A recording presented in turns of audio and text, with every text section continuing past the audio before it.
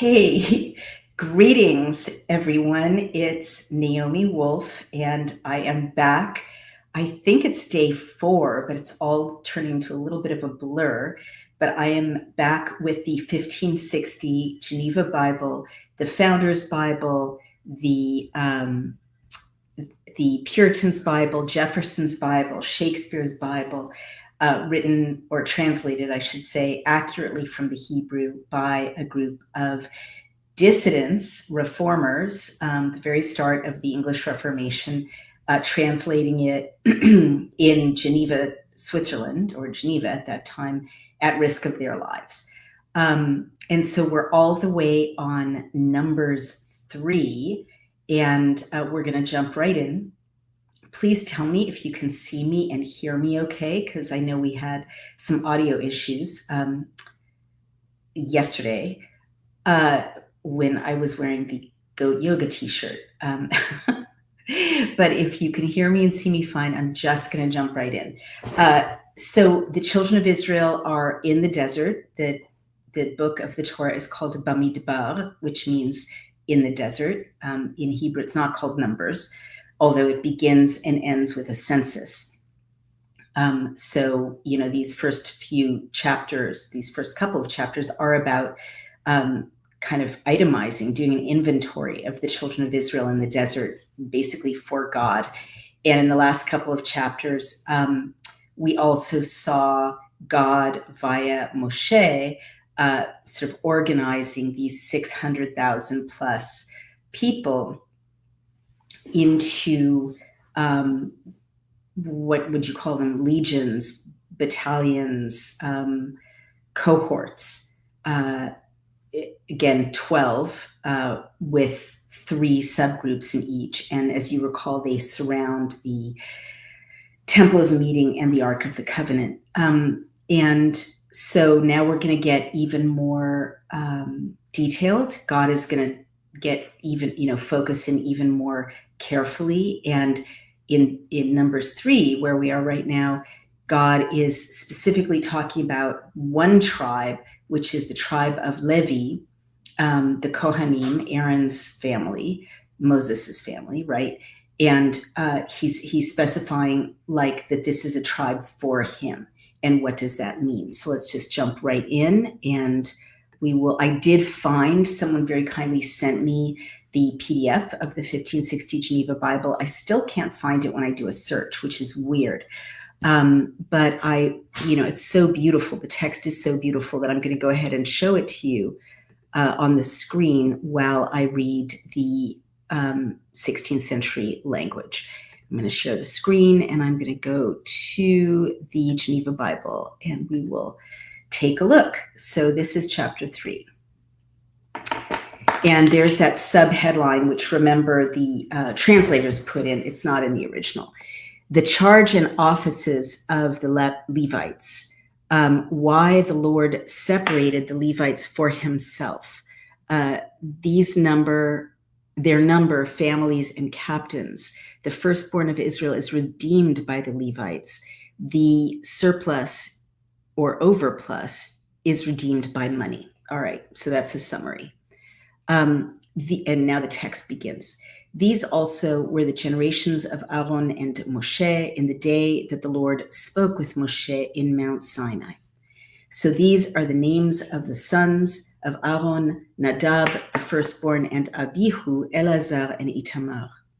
These are the names of the sons of Aaron, the anointed priests, whom Moshe did consecrate to minister in the priest's office. Now, office in 16th century English doesn't mean like an office where you do work. It means a role or a function.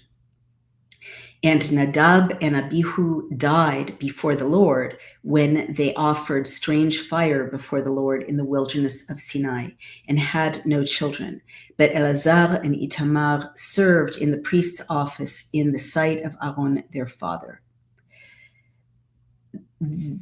Then the Lord spoke unto Moshe, saying, Bring the tribe of Levi and set them before Aaron the priest, that they may serve him. And the side note says, offer them so hard to read. Offer them unto Aaron for the use of the tabernacle. Okay. And take the charge with him, even the charge of the whole congregation, before the tabernacle of the congregation, to do the service of the tabernacle. They shall also keep all the instruments of the tabernacle of the congregation and have the charge, the responsibility, the duty of the congregation, and have the charge of the children of Israel to do the service of the tabernacle. And you shall give the Levites unto Aaron and to his sons, for they are given him freely from among the children of Israel. And you shall appoint Aaron and his sons to execute their priest's office. Now, execute doesn't mean to kill, it means to achieve or accomplish their priest's role. And the stranger that comes near shall be slain. Also the Lord spoke unto Moshe, saying, Behold, I have even taken the Levites from among the children of Israel for all the firstborn that open the matrix, meaning the womb, among the children of Israel, and the Levites shall be mine, because all the firstborn are mine. For the same day that I smote, meaning killed, struck, all the firstborn in the land of Egypt, I sanctified unto me all the firstborn in Israel, both man and beast. Mine they shall be, I am the Lord.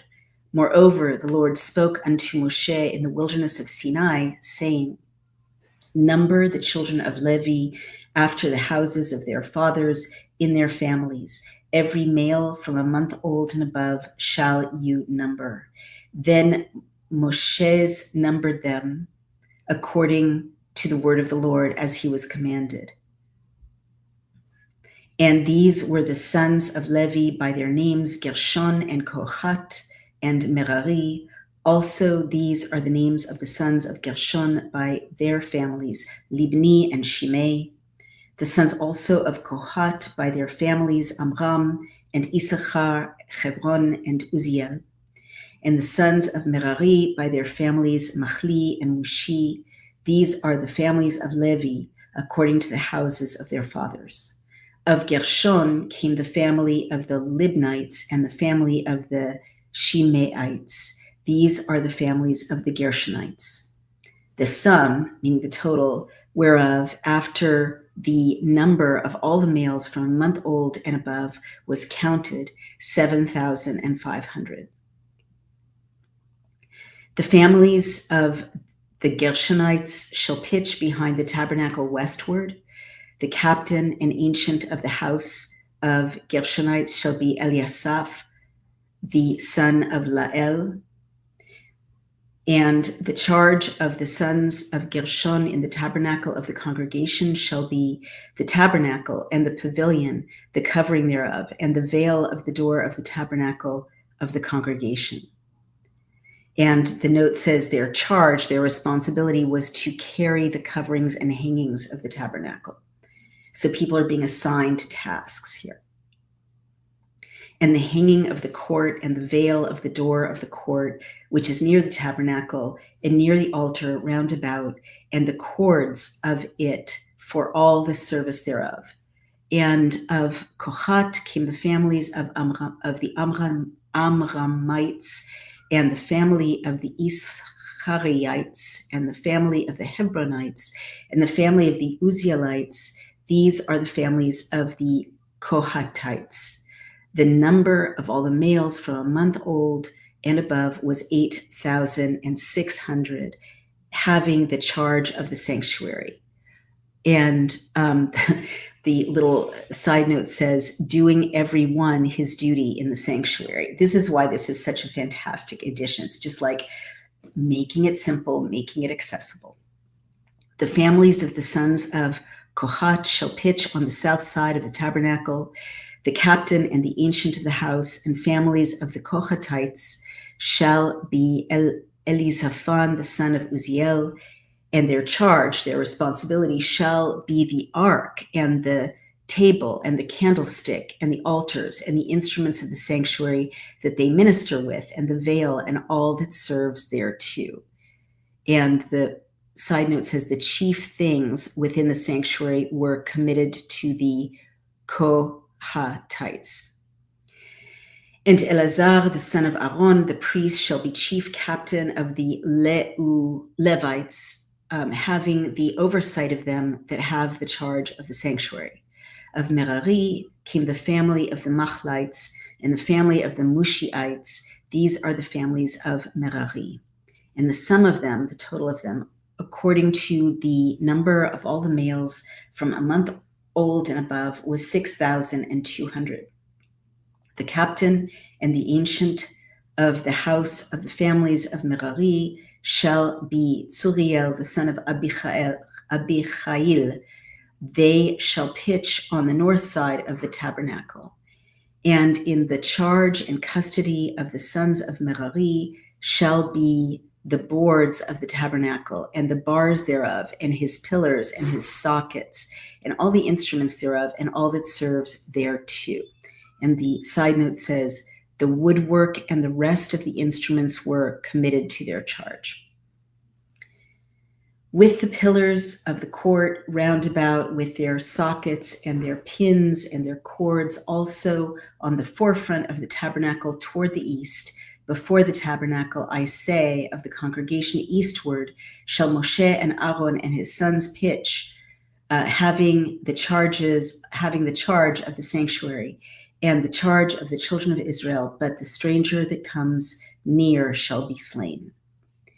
And the side note says that none should enter into the tabernacle contrary to God's appointment, meaning having appointed, having tasked.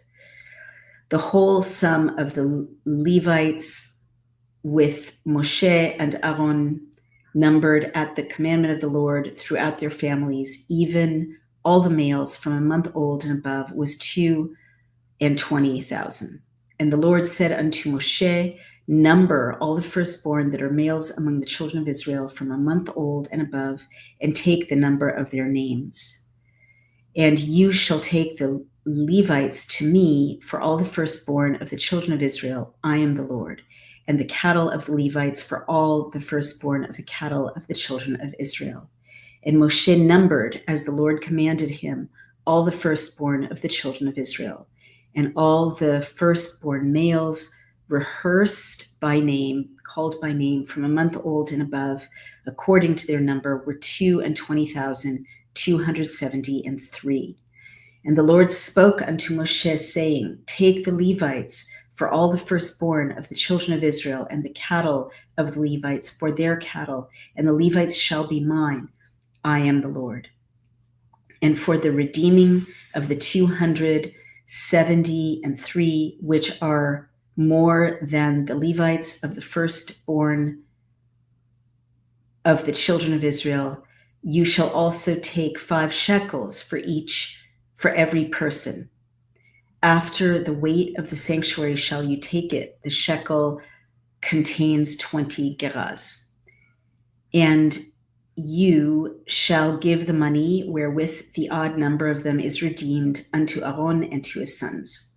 Thus Moshe took the redemption of them that were redeemed, being more than the Levites. Of the firstborn of the children of Israel took he the money, even 1,365 shekels after the shekel of the sanctuary. And Moshe gave the money of them that were redeemed unto Aaron and to his sons according to the word of the Lord, as the Lord had commanded Moshe. There we are. So I will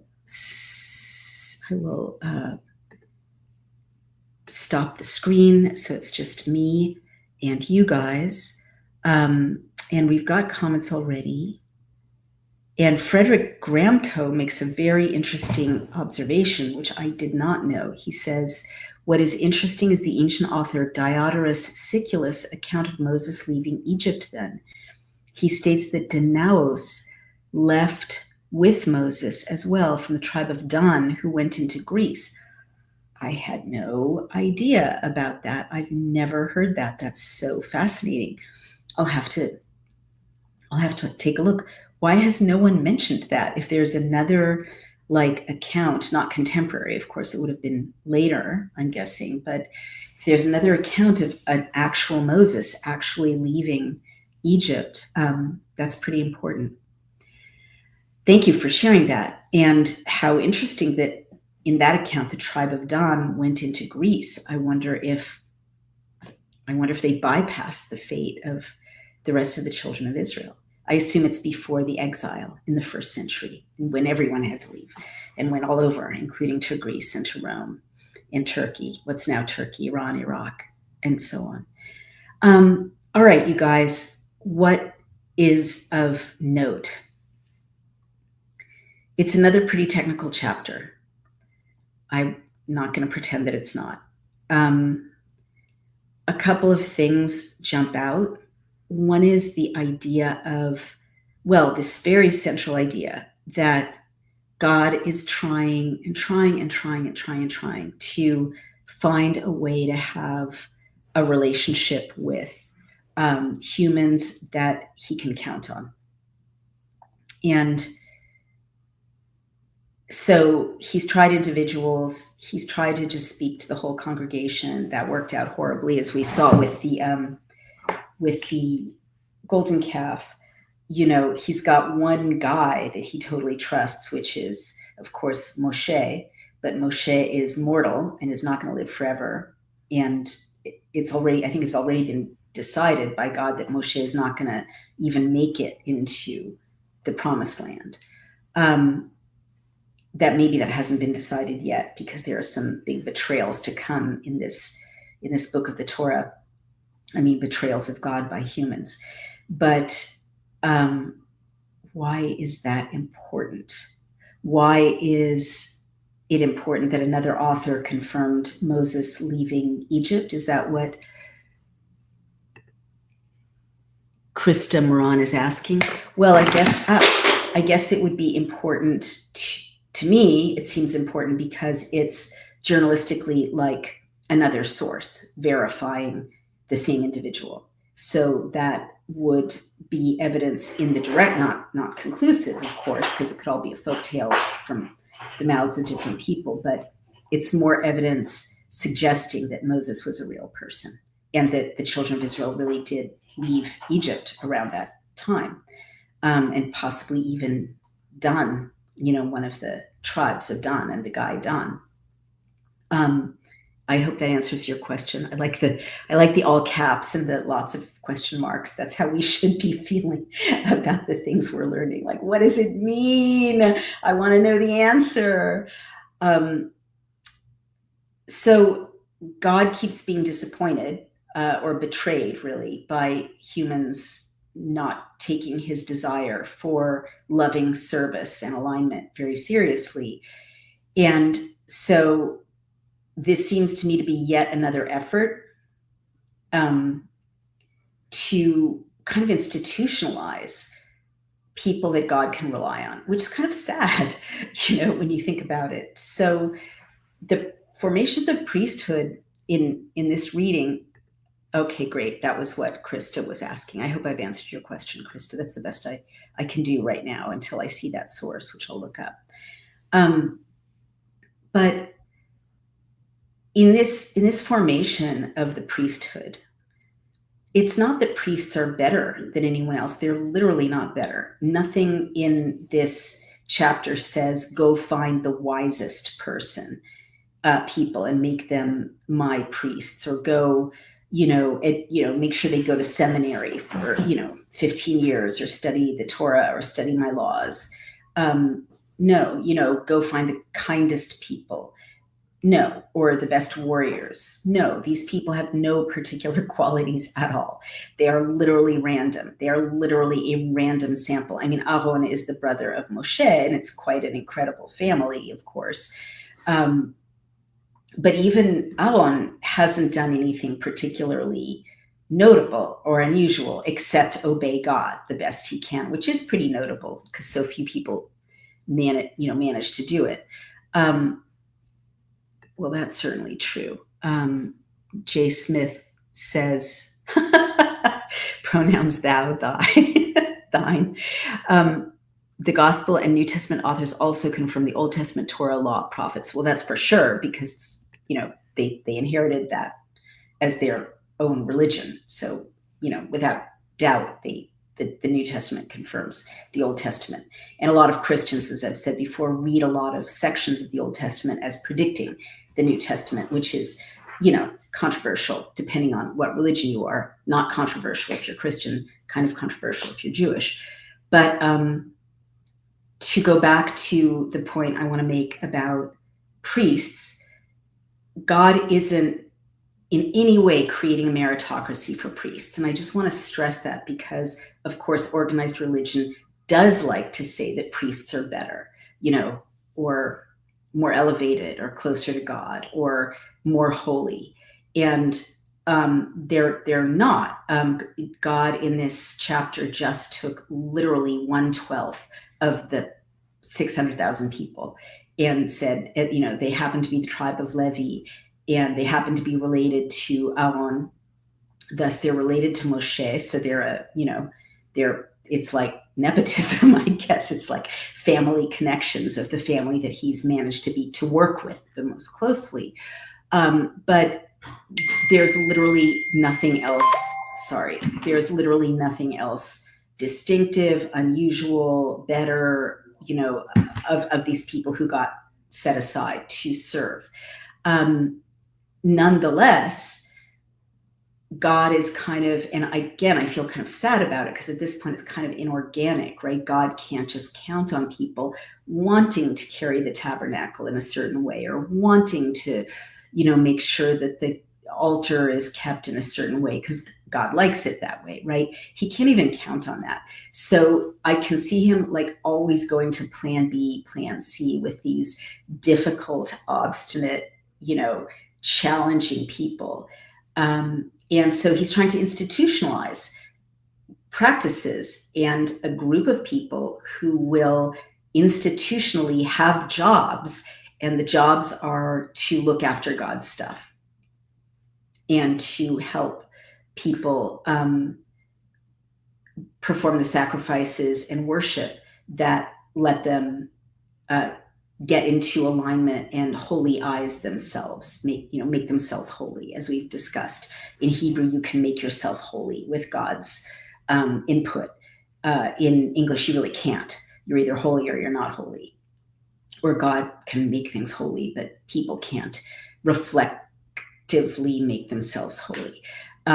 But so to me, this seems like a sad chapter, from God's point of view, that he's tried everything and people just aren't organically wanting to, give him that Valentine on Valentine's Day. They keep forgetting and disappointing him. And he still wants to go with us. He wants to be in the middle of the camp. He doesn't want to be above us. He doesn't want to be far away. He wants to go in the middle of this group of 600,000 people, right in the midst, okay, surrounded by his priests, but surrounded by everyone, really, equidistant. Everyone's equidistant to him, as we discussed in the last chapter.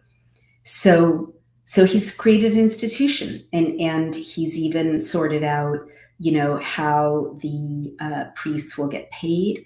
They'll get paid with this money.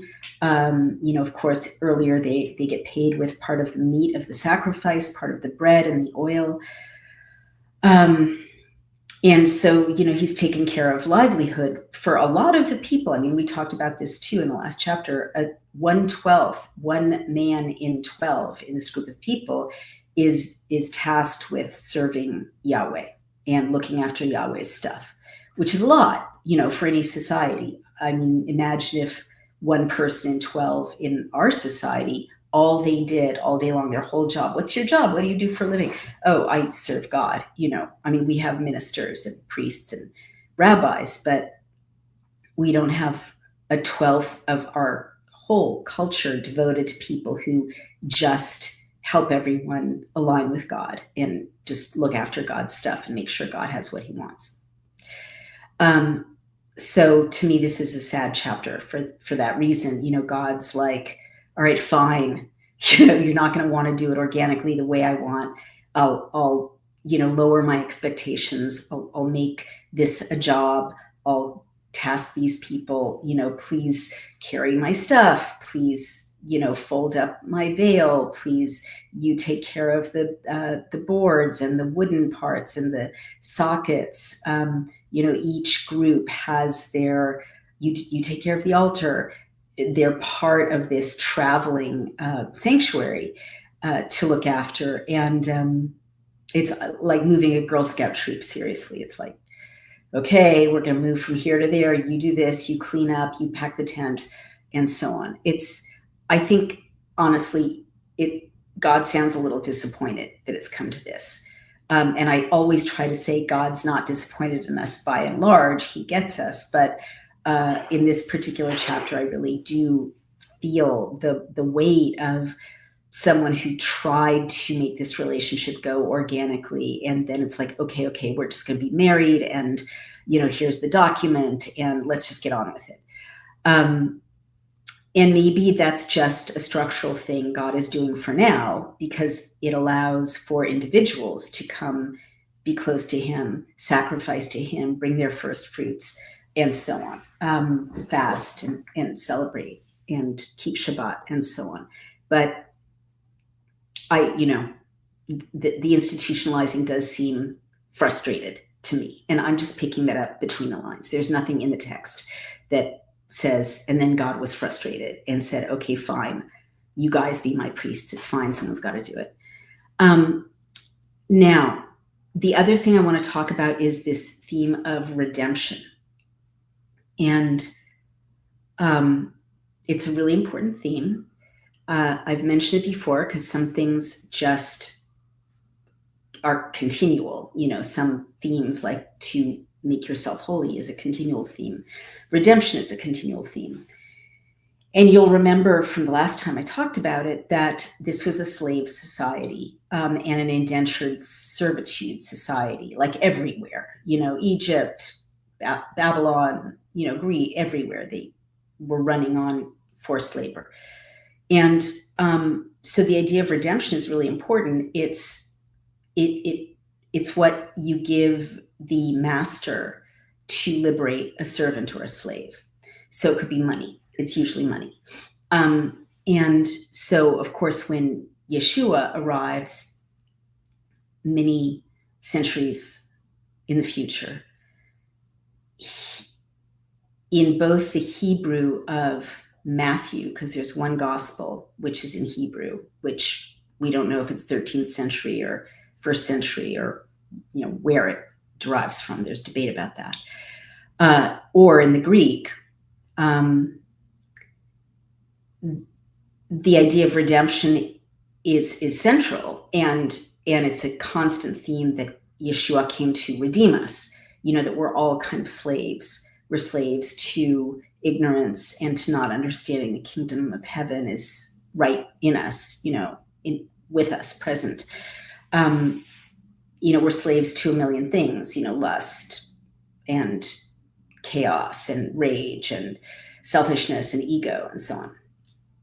So his sacrifice becomes our redemption, in Christian theology. But also in his parables, Yeshua often uses that metaphor of redemption. And so it's a profound metaphor, right? Because this whole story is about freedom, the Old Testament and the New Testament. And how do we find our freedom? How do we face the fact that we are in a state of freedom, even if we think we're not? That every minute is a decision that it engages our free will. And so the reason I'm mentioning this is that in Numbers 3, there's a surplus of people, and I don't quite understand how, but there's more than God needs for this job of looking after his stuff. So it sounds like the families redeem these extra people. It's like the riots in the Civil War in New York. wealthy young men paid $300 to not go to war, not fight the Civil War, and send someone else in their place. And that, of course, upset the people who didn't have $300. And so there were very serious riots in the 1860s in New York. It's the same idea that they're kind of paying to not do something, right? They're giving money in exchange for service. So by the same token, in Numbers 3, these extra unneeded people their services sort of compensated by their families, it sounds like. And then that goes into kind of the priest's treasury to help look after the needs of the priesthood, or maybe even the needs of God, because those veils and curtains are going to wear out, that, it takes care to, the oil for the sanctuary and so on. They're going to need some money. All right. So it's a literal redemption in Numbers 3, but I want you to just keep in mind that this whole story is about redemption. The whole story of the 5 books of Moses, it's like slaves are redeemed, and end up in the promised land. And then that doesn't solve the problem. And, 1,300 years later, Yeshua shows up and redeems everybody as the sacrificial lamb, right? Again, always back to that nomadic notion of sacrifice. And the other thing I want to say is also in this theme, in this, Numbers 3, is that theme of sacrifice. God says, the Levites are going to be my firstborn. And he points out that he slaughtered the firstborn sons of the Egyptians, which you remember he did in Exodus during the 10 plagues. And so what he's saying here is, I don't need any more sacrifices by taking to myself these people. That is, no more sacrifices of human beings, like that's in the past. By taking to myself these people to serve me as priests, that's all enough, right? That suffices, instead of the sacrifice of the firstborn, right? As he's referencing Egypt. So again, he's moving the society away from Moloch, where you take your firstborn son or you take your child and literally sacrifice your own child, right? He's saying no more of that. This is a metaphor. These are they're mine, but we're not going to kill them. You don't need to kill human beings anymore. You don't need to kill children. Just serve me. So again, he's trying to teach that, and that lesson goes all the way back to Abraham and Isaac. Remember when,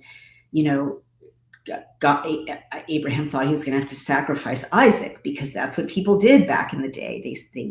Their gods told them to sacrifice their children. And they're like, oh, okay, I don't want to, but I guess I have to. You're Moloch, And then God provided a ram. And that, metaphorically, as you recall, is moving humans away from that, barbaric, sadistic society and into one where humans don't need to be sacrificed to appease God, right? All right, so let's go now to the Hebrew, Bamidbar. And I don't think I'm going to read, I'm not going to read the Hebrew because it's a lot of lists and repetition, but I'll read the Hebrew when there's something important that I think you should know. Well, this is a very interesting word, kehuna. This is line 10. Ve'et Aaron and Aaron, ve'et banav and his sons, tifkod, task them, ve'shamru et kehunatam, and they will guard their kehuna. And I'll tell you what that means in a minute.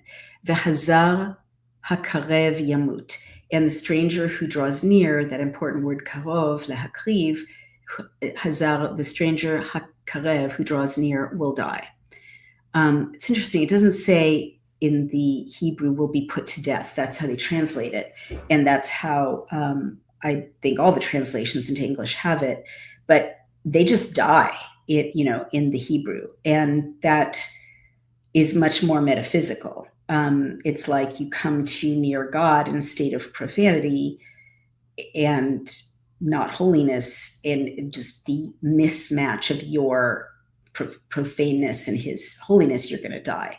It's like the strange fire that went out and consumed everybody. It's not like God consumed everyone. It's just there was such an intense misalignment that people just kind of, I don't know, almost like spontaneously combusted or incinerated themselves, just died, right? But I want to talk about kahuna. It means priesthood, but it's not like technical or theological priesthood. It is more like service or ministry, but ministry in the sense of ministering, meaning like helping people. So I just want you to think about that, because it doesn't have all the like theological ramifications that came later. And let's see what he says in line 12. Ve'ani, and I, hine lekachti et hayelvim, and I, here I took the Levites, halevim, mitoch b'nei Israel, from among the children of Israel, tachat kol bechor peter, in place, or literally under, kol bechor peter, all the firstborns, firstborn, peter rechem, firstborn, like rechem is literally a womb, mivnei Israel, from the children of Israel, vahayu li halevim, and the levim are mine, basically. And so then he talks about the slaughter of the innocents in Egypt, line 13. Kili kol bechor, because all the firstborn are mine. Beyom hakoti kol bechor be'eretz Mitzrayim, in the day that I smote or struck all the firstborn in the land of Egypt. Hikdashti li, I have sanctified, again, that reflexive holy eyes. I have holy eyes to myself. Kol bechor b'Israel, all the firstborn of Israel. Me'adam ad behema, from a human being, and that word Adam means also red and earth and Adam, an amazing word, and human. Ad behema, until beast, like all the way from man to beast. Li Adonai, to me, they're mine. Li yihu, to me they will be Ani Adonai, I am God. And then he asks them to count, and he itemizes the families, and he assigns princes. Now this is interesting. In the Hebrew, line 32, it's Venasi Nisi'e Halevi, and there will be a prince over all the princes of the Levites. I think in the Geneva Bible, that was an ancient, and in the Hebrew, it's a prince. And we'll see what it is in the Revised Standard Version. And then you've got the total, and the Lord spoke and talked about the redemption. Let's see, line 46. Ve'et peduye hashlosha hashvi'im, and as for the 273 veha me'atayim ha'adfis al halevim, who require redemption, who are in excess of the Levites, mi bechor b'nei Israel, from the firstborn of the children of Israel. Take 5 shekels per head, according to the holy shekel, which the shekel is 20 geras, and give the money to Aaron and his sons in redemption for the firstborns who are in excess of them. So, there's that transaction. And then the passage ends with that kind of concluding sentence, which is so resonant when people do what God actually wants them to do.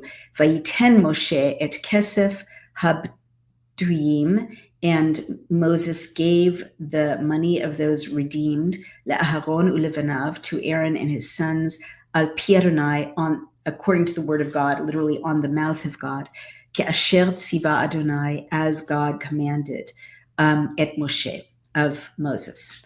And there's that lovely kind of wrapping it up when, as you recall, when humans do just exactly what God wants. So that's the Hebrew. And now let's take a quick look at the Revised Standard Version. We're running a little low on time. Time flies so fast. Let's see what we've got going on with the Revised Standard Version. Well, again, it's funny. It's kind of not fair that I hate the commentary, the chapter headlines that don't exist in the original, in the Revised Standard Version, because they don't exist, right? They're imaginary. They're not in the text. But at the same time, I kind of love the, there we go. I love the commentary on the side in the Geneva Bible. And I think I'm allowed to love the one and not like the other, because the commentary on the side isn't pretending to be in the text. Oh, there's a shampoo ad. That's not helpful. So this says the sons of Aaron. And it really, is very selective to say that this chapter is about the sons of Aaron, because it's about a lot of different things, right? It's really about the formation of a priestly caste. It happens to be that the sons of Aaron are part of this priestly caste, but this is, to me, just another example of the theologizing, the institutionalizing, reading backwards from the institution of modern English translations. And then remember, we're still at Mount Sinai. We're not very far into this journey, as we discussed the last time. It's like a couple of years, no more than 3 years. Oh my God, this is not helpful. And you shall number, Gershon, Kohat, Amram. It's all very straightforward. And the appointed charge of the sons of Merari. Yeah, that's a good translation. Lefaked, the appointed charge, the responsibility of the sons of Merari was to be the frames of the tabernacle, the bars, the pillars, the bases, and all their accessories, all the service pertaining to these, also the pillars of the court round about with their bases and pegs and cords.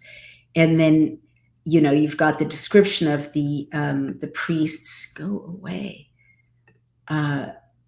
sleeping, really around the tent of meeting, which is very sweet. They literally live around the tent of meeting. And you also have the detail of where Moshe sleeps, this incredible, prophetic leader.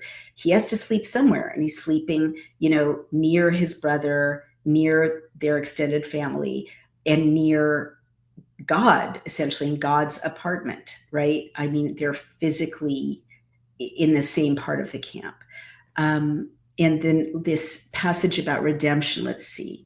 And the Lord said to Moshe, take the Levites instead of all the firstborn among the people of Israel, and the cattle of the Levites instead of their cattle, and the Levites shall be mine. I am the Lord. And then the 5 shekels to redeem them. And so they redeemed them. I'm just looking for that line. What was it, like 43, about the striking of the firstlings of Egypt. And I don't see it down here, and I'm not going to keep you while here it is, line 13. Let's go back to 12. Behold, I have taken the Levites from among the people of Israel instead of every firstborn that opens the womb among the people of Israel. So he's saying, you don't have to sacrifice your firstborn to me. and then instead of that, I'll have a priestly caste. The Levites shall be mine, for all the firstborn are mine. On the day that I slew all the firstborn in the land of Egypt, I consecrated for my own all the firstborn in Israel, both of man and of beast. They shall be mine. I am the Lord. So there's definitely that sense of this in place of that, right? That, God is not going to need you to sacrifice your firstborn or even dedicate your firstborn if you're just a member of the community. Instead of that, right, it's not like nothing has to be committed to God, right? It's definitely still a sacrificial culture, including God. God is part of that culture. As I often say, he's learning just like we're learning, right, in the course of this book and this story. But he's not going to make you literally give him your firstborn. He took all the firstborn of the children of Egypt. I read between the lines in that section, and that was gross. I don't want to have to do it again. That's not who I want to be. But it was done. And so now I'm not going to take your firstborn. I'm going to assign this 12th of the community to serve me instead. So again, that evolution into a more civilized, less barbaric way to be. Oh my gosh, so many comments that I didn't even see. Frederick Gramco is very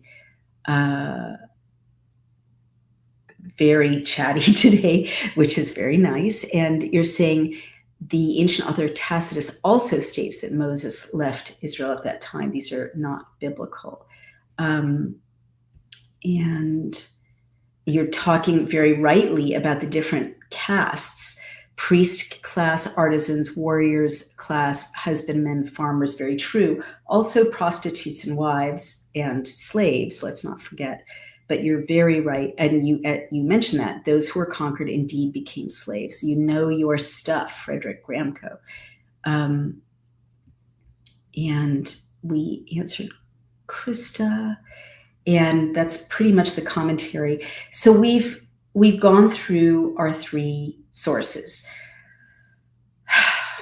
What do you guys take from this? Maybe not much. Some of these chapters are like, I wouldn't ever say filler. Don't strike me down, God. I wouldn't ever say filler because it's all, holy text. But some chapters are like organizational and almost foundational. Like, okay, I'm starting a religion, and I hear the reluctance of it, but okay, let's have a religion, fine. Let's have priests. But let's look at the word kehuna.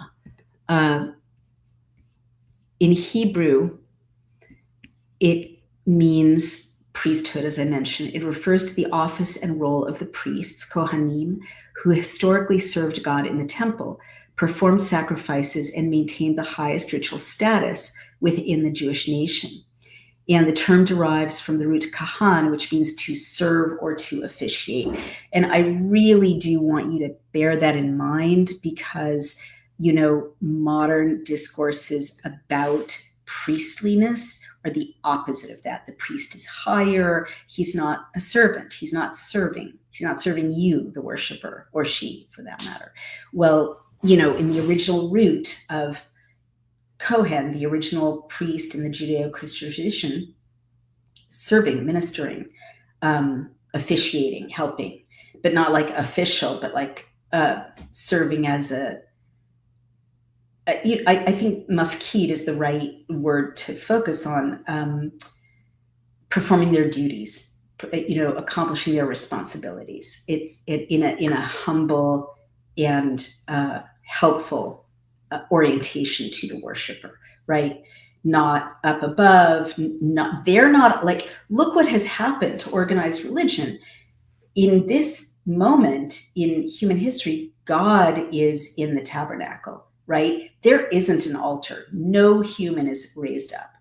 Well, you get to the construction of churches and even synagogues, after the first century, maybe even the Temple Mount. I need to check, but maybe even the first and second temple, I don't know, but certainly churches, in the Christian world, starting in the 6th century, we know that the altar was raised up, right? By the Dark Ages, early Middle Ages, altars are raised up above everyone else. And all the worshipers are literally below the officiant, the priest.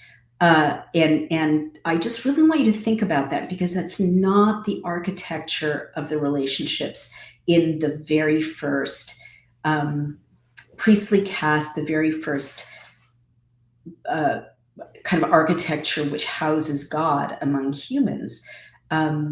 He's right among everyone on their level, and the priests are also on everybody's level, and no one is raised up, not even God, right? Because God wants to be among us.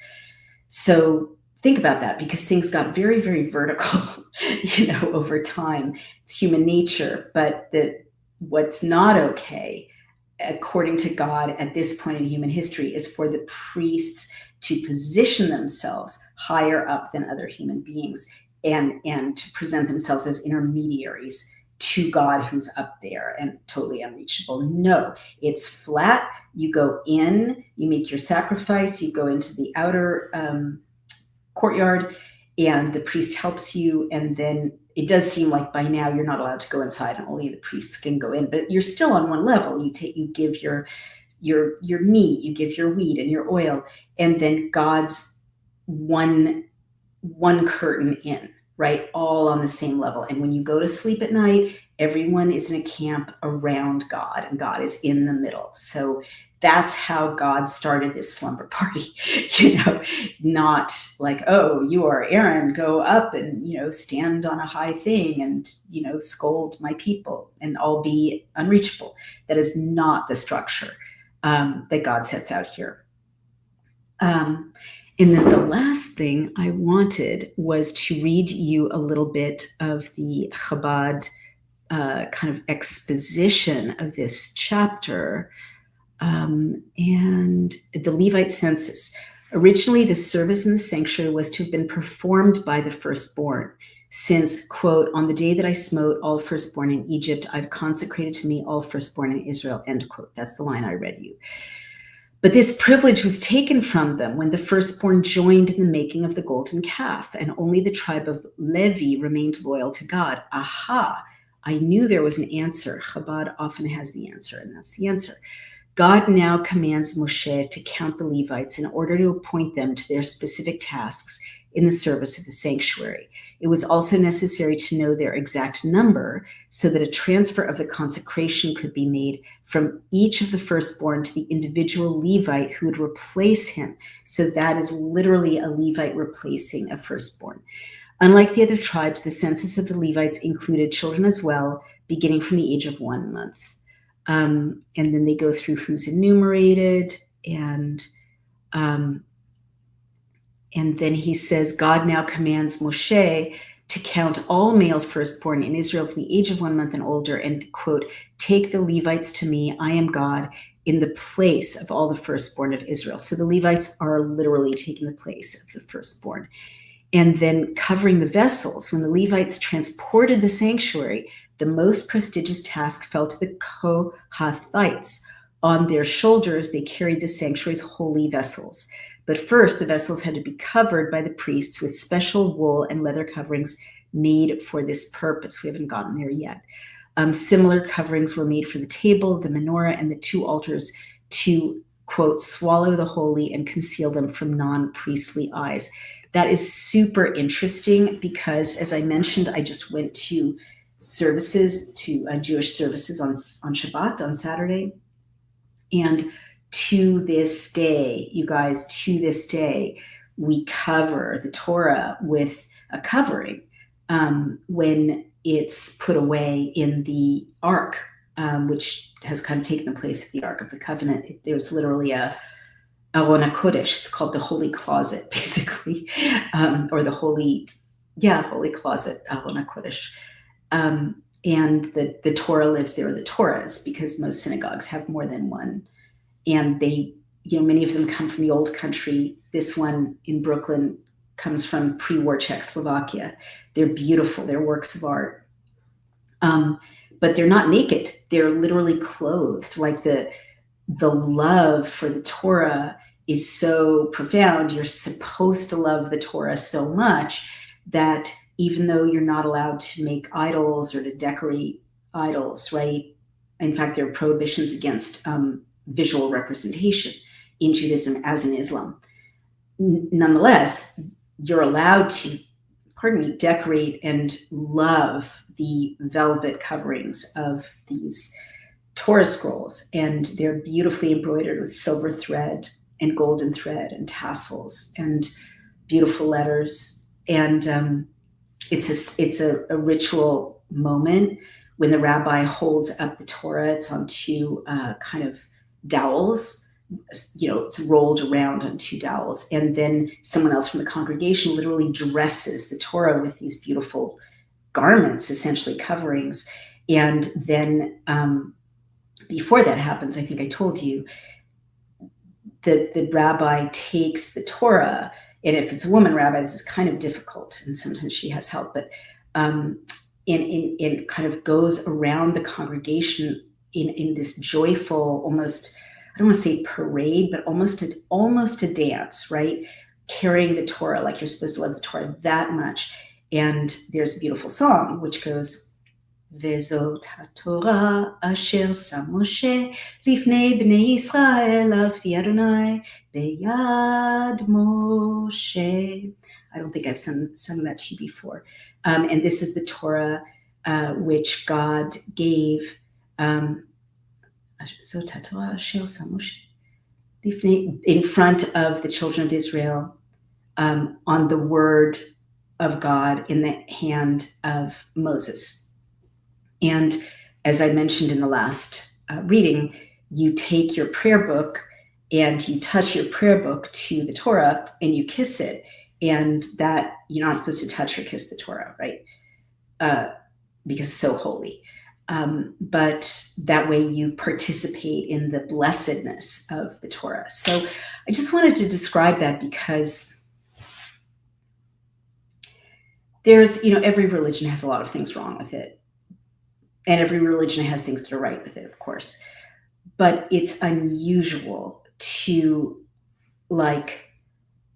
have a book be the thing you love so much, right? The thing that you're supposed to center your whole being around and your whole life and never forget it. And thank God for the book. And, our prayers literally say, thank you for giving us this Torah. Thank you for giving us this Torah. And they say, the person who lives according to the Torah is like, a cedar in Lebanon planted by the waters. They'll have abundance and joy their whole lives, and peace. I don't really know another religion where people are so obsessed with a book. And it's unique. It's kind of unique, and it says a lot. But I guess what is clear from this story that I'm reading you in this book now is that it does seem like this character God, if this character, really exists, which, I think I've concluded that this character really does exist. And I've also concluded that Moshe probably really existed, and those incredibly minute and specific numbers of people that end in numerals like 3 really existed.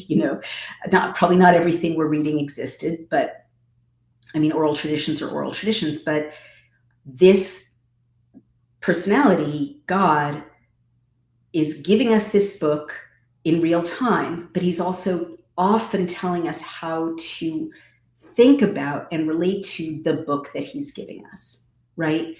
And so much so that that Moshe had to break the first version of the 10 Commandments because we didn't receive it right. So that's really interesting. And so I will have to conclude that this character God wants us to love this book the way that, in Jewish ritual, we don't live up to it. Most of us don't live up to it. You can be thinking about a million things when you're touching your prayer book to the Torah. I certainly don't, every minute maintain this sense of being on fire for the Torah. I don't. But the more I read it and the more I find out about my own religion and, Christianity, which descends from Judaism, the more sure I am that God would want us, that God wants us to love this book and to go back to it and to try to center our lives around it and to be as excited about it as, you're supposed to be in these rituals of like, oh my God, I can't believe you've given us this amazing sacred text that we're going to dress in velvet with silver thread and we're going to dance, with it. I mean, there's literally a holiday called Simchat Torah, which means the joy of the Torah, where you're just literally celebrating the Torah, and so that's kind of mind-blowing. I mean, other religions have a lot of other things, and they have holy books. They've got the Bhagavad Gita and they've got the Gospels, and I'm not diminishing, they've got the Quran, I'm not diminishing any other religion's holy book, but the intensity with which ordinary people are supposed to embrace this book and the words in it and live by them and take them seriously. And like, I can't even, there isn't even verbs in English to describe how you're supposed to consume the Torah as an observant Jew. But chafetz chaim, it's like the Torah is seen as giving life, as generating life, as redemptive, all the things like ever abundant. I guess the Torah is spoken about in Judaism the way Christians who believe in Jesus talk about God, talk about Jesus, like living water, an ever renewing, resource that protects you and restores you and keeps you safe and so on. So instead of a guy being that for us, like God is that guy, right, for us. And I certainly, as you know, really love Yeshua, and I think Yeshua has a role in this story, obviously. I'm a weird Jew in thinking that, but, there are plenty of Jews who are sort of thinking that these days, and I don't want to go in that rabbit hole too soon. But even here right now in Sinai, the message is already, I'm giving you this, like God is giving us this gift of the Torah, hang on to it, right? Hold on to it. And those are the words in Hebrew in the prayers on Shabbat, like the Torah is a tree of life for those who cling to it. And I'm not sure why I went into that rant, but I think it's relevant because even in these pretty dry chapters, we're in the middle of, a story that is sort of so much more than the sum of its parts and seems to have a life of its own and bestow life. And I will stop there.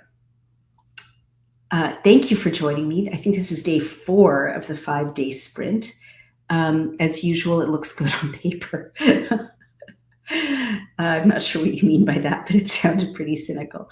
Thank you for joining me. I'll be doing this one more night, tomorrow night, and then I get one day off in our rhythm, and we're making good progress. So things get really dramatic just a little bit ahead. There's a lot of rebellion and resistance just up ahead. So don't lose heart. We're going to get through these technical chapters, and we're going to get to some very dramatic confrontations, let's say, between the children of Israel and Yahweh and Moshe, for that matter. Poor guy.